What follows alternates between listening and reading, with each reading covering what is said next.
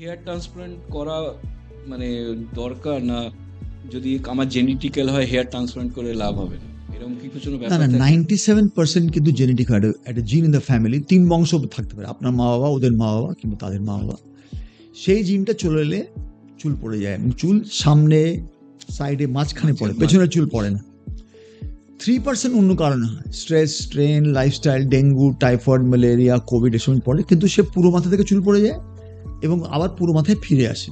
যখন permanent loss হয়ে যায়, যেগুলো স্পেশালি জেনেটিক কারণেই হয়, তো সেখানে কিন্তু ওষুধ কিছুটা কাজ করতে পারে, কয়েকদিনে কাজ করতে পারে, চুল পড়া আটকা দেবে, নতুন চুল গজাবে না। কিন্তু পরবর্তীকালে আপনাকে যদি চুল ফিরিয়ে আনতে হয়, তাহলে হেয়ার ট্রান্সপ্লান্টই করতে হবে, আর কোনো উপায় নেই। আমার মাথায় যে চুল আসবে, এই ট্রিটমেন্ট প্রসিডিওরটা কতদিনের? অপারেশন করতে একই দিন লাগে। সকাল পেশেন্ট 10টা 10:30 এলো, বিকেল 7টার মধ্যে শেষ হয়ে গেল। আপনি সবসময় জ্ঞানে আছেন, টিভি দেখছেন, গান শুনছেন, ব্রেক হবে, লাঞ্চ খাবেন। কিন্তু চুলটা বড় হয়ে জায়গায় আসতে এবং রেজাল্টটা বুঝতে গেলে 9 থেকে 12 মাস লাগে। যখন চুলগুলো লম্বা হবে, পাখি চুলের মতো এক সাইজ হবে, the looks will change, it takes 9 to 12 months। সেই সময় বুঝতে পারবেন রেজাল্ট এক্স্যাক্টলি কি হয়েছে।